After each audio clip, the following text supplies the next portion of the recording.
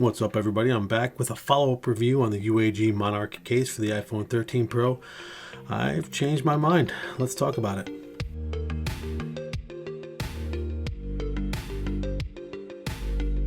So, this is definitely not a video I expected to be making so quickly. When I originally unboxed this phone case, I was impressed with it, but I was like having a hard time getting used to the overall aesthetic and change from my normal case choices like the Pitaka cases or the the OtterBox cases that are much more simpler and plain compared to this. I didn't expect it to grow on me so quickly, but it's probably my favorite case as of right now. I wasn't sure about some of the materials, but like I said, I've grown to really appreciate them. The bumper around the entire outside is really grippy, but also feels really durable. It doesn't like grab onto you, but somehow that texture really does make a big difference. The tactile feel of all the buttons is really high quality.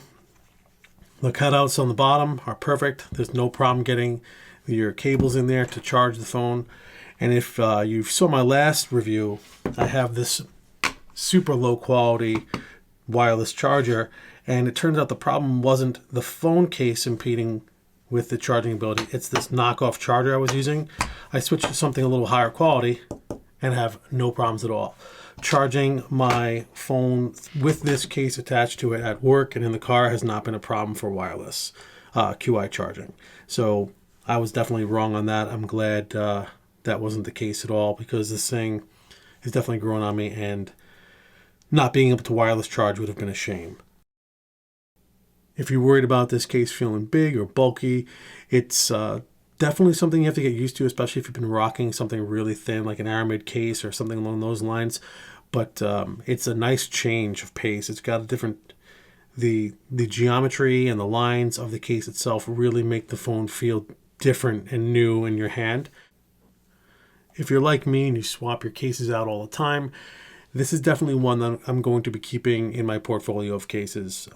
When you go from something that's super thin, it doesn't offer a lot of protection, but looks good, going over to an OtterBox or like a Commuter or Defender Pro might feel a little bit shocking, because there's almost no aesthetic design to those cases. It's purely function versus form, where I think this case does both.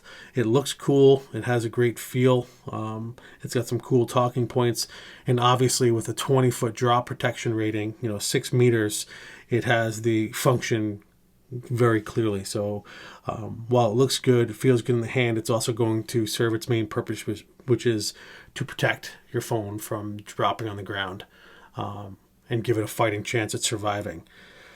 So yeah, that's a formal retraction for me. I don't know if I came across like I was hating on it prior, but I'm a convert. I am a UAG fan for sure now. Even the little red accents and the Kevlar have really grown on me.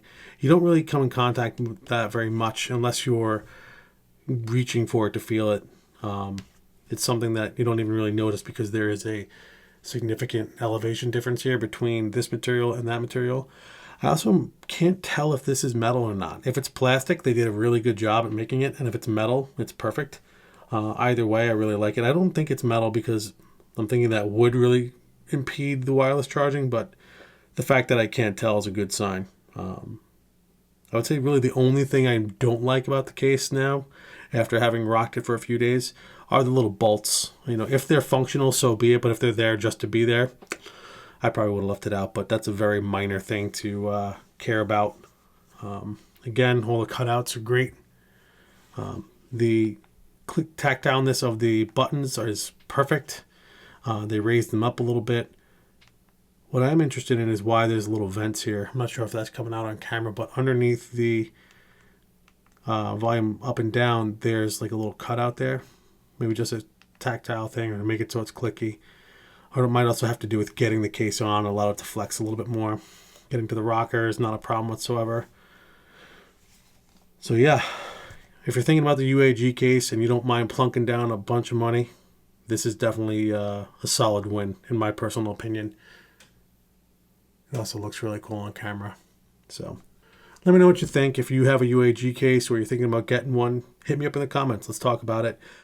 Thanks for stopping by and checking out this video with me today and my second look at the UAG Monarch case for the iPhone 13 Pro with Kevlar. If you liked the video, hit that thumbs up. If not, that thumbs down works as well. And as always, I'd appreciate the subscription. Peace.